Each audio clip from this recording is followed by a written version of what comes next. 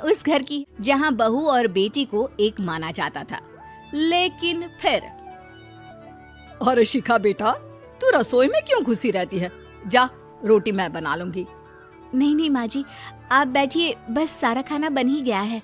श्वेता को बोल देती हूँ, वो खाना लगा देगी सबका। सॉरी भाभी, मेरे पास वक्त नहीं है।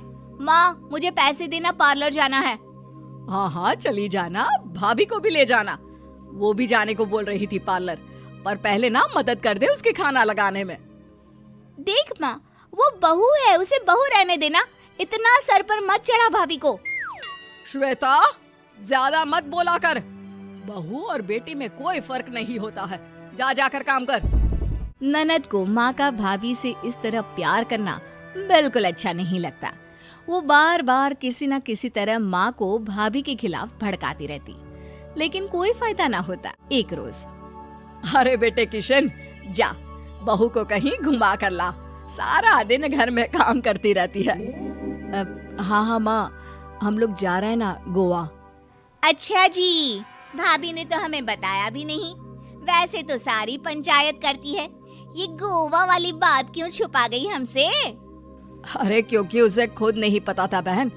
मुझे टिकट सस्ती मिल रही थी तो मैंने बुक कर दिया। हाँ शिखा, पैकिंग कर ले, संडे हम जा रहे हैं गोवा। दोपहर में शिखा पैकिंग कर रही थी कि सास आ जाती है। ये क्या बहू, साड़ियाँ? अरे गोवा जा रही है घूमने या फिर शादी में मायके हैं? माँ जी, ऐसा कुछ है ही नहीं, समझ में नहीं आ रहा क्या रखूं कपड़े में। अरे तेरी और श्वेता की साइज तो एक ही है। उसके कुछ मॉडर्न कपड़े ले ले, आकर लौटा देना। हाँ माँ जी, ये ठीक रहेगा।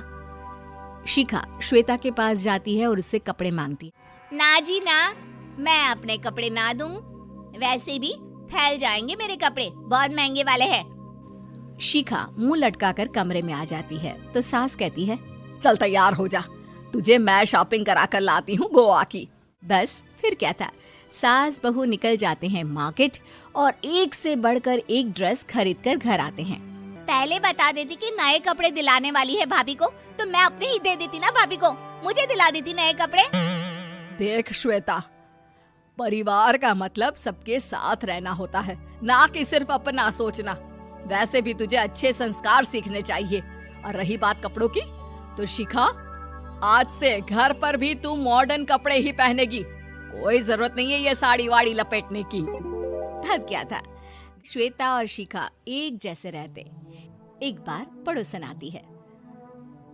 अरे बेटा, अपनी माँ को तो बुलाना, जरा बात करनी है। शिखा सास को बताती है और रसोई में चली जाती है। ये आपकी बेटी बहुत बड़ी हो गई है, इसके लिए एक रिश्ता है, कहो तो बता दूं। ये बेटी नहीं बहू है, घर में सब एक जैसा ही रहता है। वैसे मेरी बेटी भी बड़ी हो गई है, कोई रिश्ता हो तो जरूर बताना। पड़ोसन रिश्ता लेकर उन लोगों के घर आती है। तब श्वेता की होने वाली सास कहती है, तो ये घर है, कितने मंजिल का है? और ये बहू ने आपकी क्या पहन रखा है, जीन्स टॉप? अरे भाई, साड़ी वाड़ी नहीं है क्या इसके पास? देखिए, सर्दी है तो साड़ी में बहू कैसे मैनेज करती, वैसे पहनती है साड़ी भी। देखिए, हम लोग ठहरे पैसे वाले लोग, कोई कमी नहीं है हम लोगों के पास पैसों की, बहुत पैसे हैं, जमीन, नौकर चाकर, कार, सब कुछ है, लेकिन घर में संस्कारी बहू चाहिए। समझ रही हैं ना आप? सास कुछ कहती कि श्वेता बोल पड़ती है, हाय रे, नौकर चाकर से लेकर जमीन, कार, पैसा, हाँ हाँ मुझे रिश्ता मंजूर है मुझे। अरे रुक जा श्वेता, मैं बात कर रही हूँ ना। देखिए, हम लोगों के घर इतनी आजादी नहीं मिलेगी। अरे हाँ कर देना माँ, हाँ कर दे जल्दी से। सास क्या करती, बेटी की शादी ऐसे घर में कर देती है जहाँ ना उनके विचार मिलते हैं ना ही आचार। शादी के बाद एक रोज फोन पर, श्वेता बेटा, एक बार घर आ जा, बहुत दिल करता है तुझे देखने का। माँ, वो घर पर बहुत काम होता है, कैसे आऊँ? बड़ा घर है, लेकिन आने जाने वालों की लाइन ही लगी रहती है। बेटा, मैं तो जानती थी उस घर का हाल, लेकिन तू ही नहीं मान रही थी। माँ देख, हर घर का यही हाल है, तेरी बेटी को यहाँ घूंघट हटाने की परमिशन नहीं है और एक तरफ भाभी स्कर्ट पहनकर घूम रही है। बेटा मुझे क्या पता था कि मेरी बेटी को ससुराल के नाम पर पिंजरा मिल जाएगा। अच्छा माँ, फोन रखती हूँ, सास को गर्मा गर्म रोटी खिलानी है। तुम लोगों की तरह नहीं कि एक रोटी बनाओ, एक सब्जी बनाओ, फिर सारा दिन फ्री होकर घूमो। सास फोन तो रख देती है, लेकिन सोच में पड़ जाती है कि एक तरफ बेटी जिसे कोई आजादी नहीं, वहीं दूसरी तरफ बहू जिसे देखकर लगता ही नहीं कि उसकी शादी भी हुई है।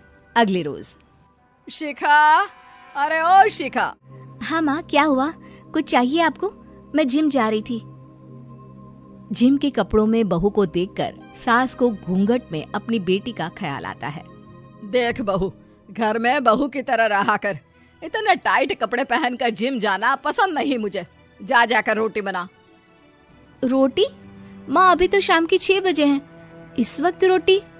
अब क्या मेरे खाने पीने पर भी पहरा है? अरे जब मर्जी तब मैं अपने घर में खा भी नहीं सकती क्या? बहू को अजीब लगता है। वो समझ नहीं पाती कि जो सास कल तक इतनी सपोर्टिव थी, उन्हें अचानक से क्या हो गया। वो किचन में जाती है, गरम रोटी के साथ 2 तरह की सब्जी, रायता, सलाद सब लेकर सास के पास आती है। माँ जी, खाना। इतना सारा खाना? राक्षस समझा है क्या मुझे? रोटी मांगी थी मैंने गर्मा गर्म बस। पर माँ जी, रोटी खाती किससे आप? सब्जी तो बनानी थी ना। अरे भूख मर गई मेरी तेरी बहस से। जा जाकर काम कर, अंदर पूरी रसोई साफ कर। बहू अंदर चली जाती है। थोड़ी देर में श्वेता घर आती है। अरे शिखा, जल्दी से चाय ला, पकवान बना, मेरी बेटी आई है। अरे नहीं नहीं माँ, ड्राइवर बाहर खड़ा है। मैं तो घर का कोई सामान खरीदने के बहाने यहाँ आ गई हूँ, मुझे जाना होगा। अरे बेटा, पर कितने दिनों बाद देख रही हूँ तुझे, रहने आ जाना 2-4 दिन के लिए। आ जाऊंगी माँ, जब मेरी सास मरेगी तब। मैं तो रोज मन्नत मानती हूँ कि मेरी सास मर जाए तो अच्छा है। अच्छा चल, जा रही हूँ माँ। हे भगवान, कैसे कैसे दिन देखने पड़ रहे हैं मेरी बेटी को। सास अंदर जाती, जहाँ श्वेता की जिम वाली सहेली का फोन आया होता है। क्या बात है, आज जिम नहीं आई? अरे पता नहीं यार, आज माँ को क्या हो गया अचानक। पर खैर कोई नहीं, लगता नहीं कि मैं अब जिम आ पाऊंगी। शिखा स्पीकर पर बात कर रही थी, जिसे सास सुन रही थी। यार ये सास ना होती ही ऐसी है।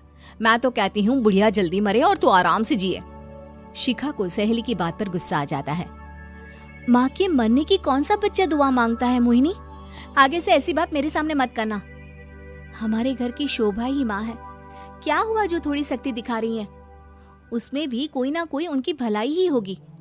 मैं तो कहती हूँ भगवान मेरे जैसी सास सबको दे, जो सिर्फ माँ की तरह है। सास वाली तो कोई बात ही नहीं है उनमें। सास ये बात सुन रही थी। उनकी आंख में आंसू आ जाते हैं कि क्यों वो बेटी की किस्मत में बहू को भी भागीदार बना रही थी। शिखा, अरे ओ शिखा, क्या हो गया? जिम नहीं जाना क्या?